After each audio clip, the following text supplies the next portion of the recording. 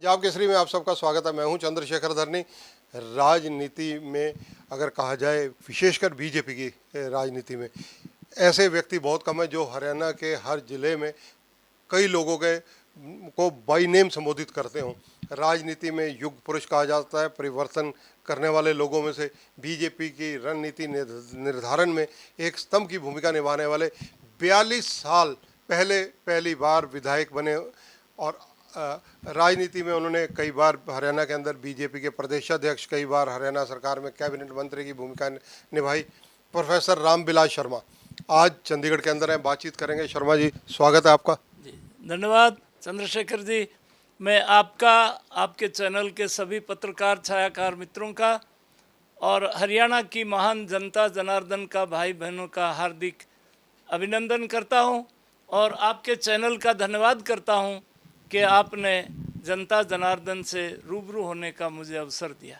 पटेल जी, जिस प्रकार से आप हरियाणा के हर जिले में बहुत से लोगों को भाई नेम बुलाते हैं, ऐसे पॉलिटिशियन अब हरियाणा की राजनीति में नजर ही नहीं आते।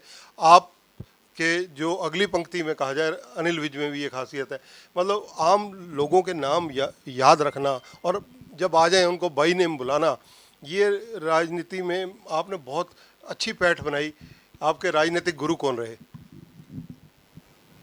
मुझे राजनीति में लेके आने वाले श्रद्धेय स्वर्गीय डॉक्टर मंगल सेन जी थे। मैं कुरुक्षेत्र में अध्यापक था 1974 में और मैं संघ की जिम्मेदारी थी, तो डॉक्टर साहब के पास फिएट गाड़ी होती थी।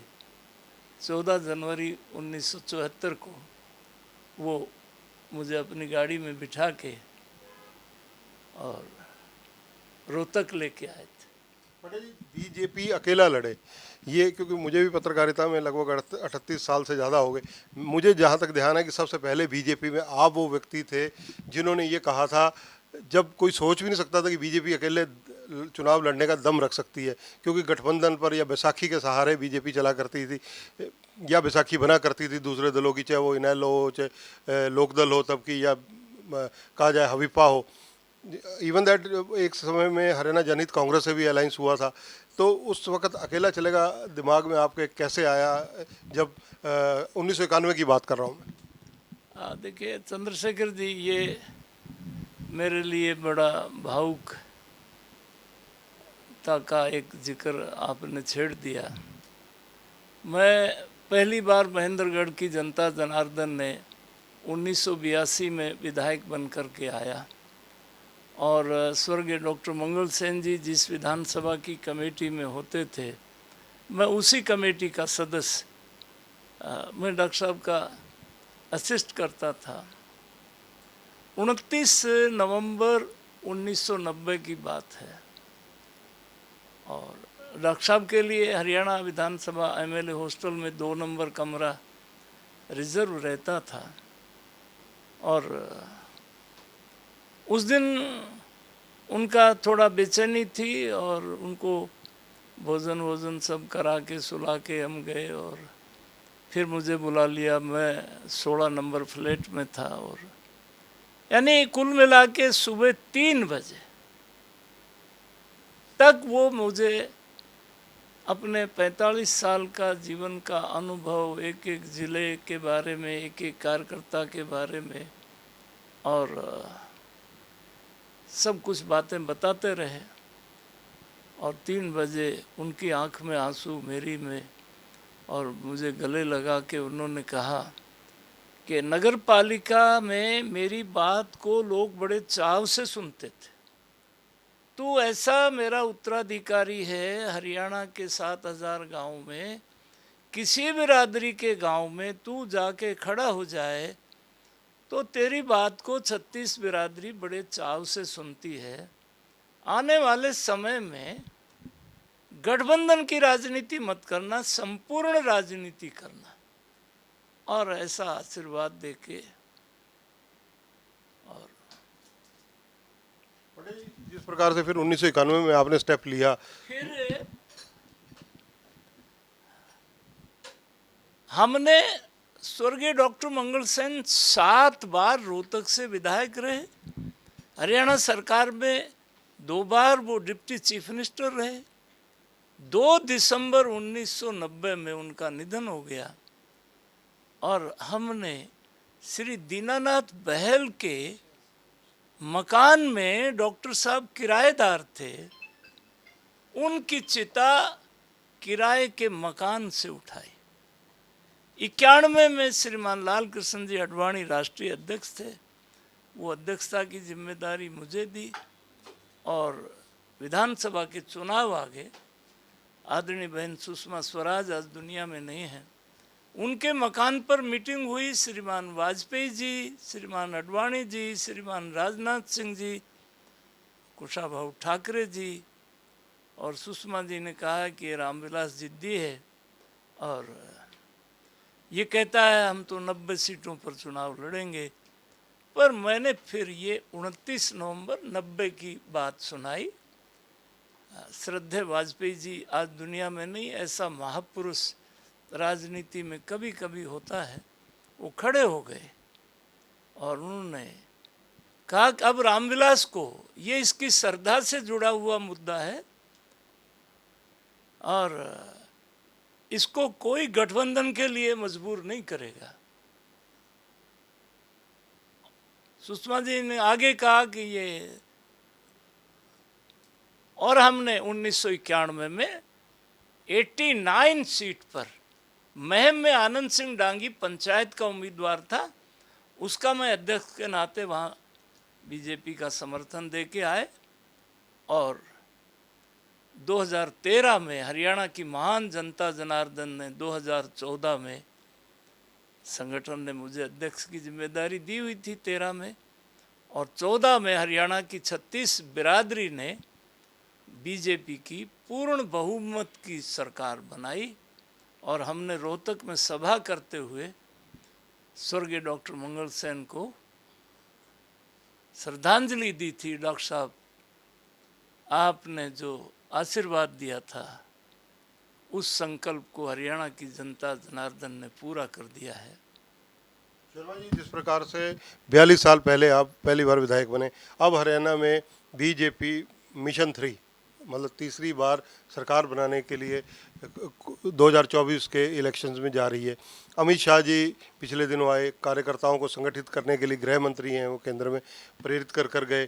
तो आपको क्या लगता है, आपके अनुभव के हिसाब से, कि बीजेपी को और क्या इसमें चेंजेस करने चाहिए संगठन में या किस स्तर पर, ताकि बीजेपी कम बैक कर सके?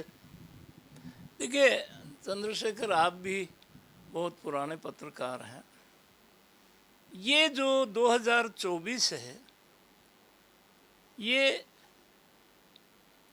बीजेपी का सौभाग्य ये है कि बीजेपी के पास एक लोकप्रिय नेता है। तीसरी बार नरेंद्र भाई मोदी को प्रधानमंत्री बनने का अवसर 140 करोड़ के बड़े देश की जनता जनार्दन ने दिया है। आज कांग्रेस बहुत छटपटा रही है, सत्ता के लिए तो सभी छटपटाते हैं, परंतु ये देश और ये हरियाणा प्रदेश, ये हाड़ी पाड़ी का प्रदेश है, ये गांव गरीब किसान का प्रदेश है। आज बीजेपी तीसरी बार, अभी भी लोकसभा में देखा, लोकसभा में हम महेंद्रगढ़ भिवानी लोकसभा हमने सीट जीती है बीजेपी कार्यकर्ताओं के दम पर। और शर्मा जी, जिस प्रकार से अब मिशन 2024 विधानसभा चुनाव है, इसमें आपको क्या लगता है कि कुछ जो नए युवा चेहरे हैं, जैसे बीजेपी ने 2019 में कई युवा चेहरों को 30-35% चेहरों को टिकट दी थी, क्या इस बार भी ऐसा हो सकता है, रिप्लेस हो सकता है? देखिए, भारतीय जनता पार्टी में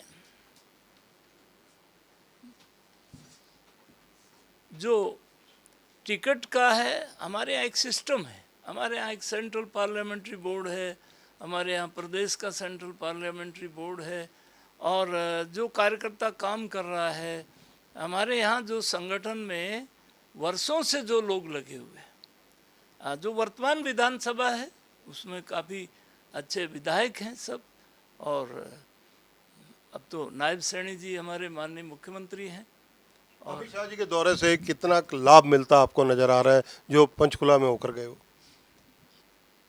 अमित शाह जी भारतीय जनता पार्टी के वो नेता हैं जिससे कार्यकर्ता को प्रेरणा मिलती है। उन्होंने दो बातें बड़ी साफ सुथरी कार्यकर्ताओं को एक मैसेज दिया। एक कंफ्यूजन था, जिस प्रकार से बीजेपी, जैसे कांग्रेस के लोग कहते फिरते हैं, जैसे ये करते फिरते हैं। अमित शाह ने दो चीजें कि आज का जो मुख्यमंत्री हमारा नायब श्रेणी है, ये कल का भी मुख्यमंत्री नायब श्रेणी ही है। नायब श्रेणी के नेतृत्व में ही अगली विधानसभा का चुनाव लड़ेगी भारतीय जनता पार्टी। माननीय Amit Shah is a authority in BJP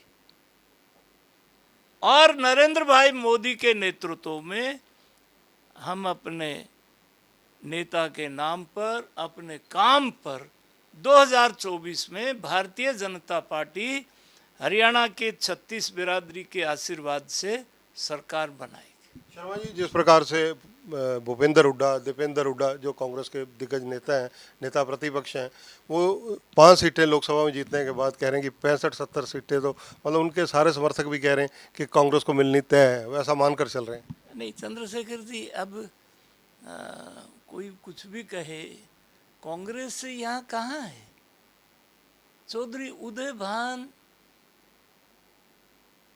तीसरे प्रदेश अध्यक्ष बनाए हैं, बाबरिया जी यहाँ के प्रभारी हैं।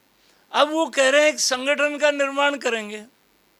भारतीय जनता पार्टी 90 विधानसभाओं में 85 विधानसभाओं के पन्ना प्रमुखों का सम्मेलन कर चुके।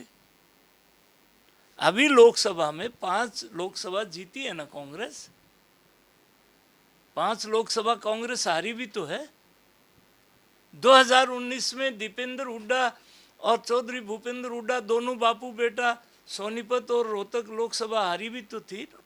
बीजेपी उम्मीदवारों ने ही तो हराया था। सपना देखना कोई बुरी बात नहीं है। कांग्रेस के नेता में प्राण नहीं है और संगठन में जान नहीं है। धन्यवाद प्रोफेसर रामविलास शर्मा जी। कई राजनीतिक विषयों पर चर्चा कर रहे थे। जब बीजेपी पहली बार चुनाव लड़ी 1991 का घटनाक्रम भी इन्होंने बताया कि किस प्रकार से इनकी बात को सुषमा स्वराज और वाजपेयी जी ने समर्थन किया और हरियाणा में बीजेपी ने पहली बार अपने दम पर चुनाव लड़ने का हिम्मत जुटाई थी। कैमरामैन संजय सिंह के साथ चंद्रशेखर धरनी, पंजाब केसरी टीवी, चंडीगढ़। हमसे जुड़े रहने के लिए हमारे YouTube चैनल को सब्सक्राइब करें और नई वीडियो की नोटिफिकेशन के लिए बेल आइकॉन को दबाएं। अगर आप ये वीडियो Facebook पर देख रहे हैं तो लाइक जरूर करें और ज्यादा से ज्यादा शेयर करें। धन्यवाद।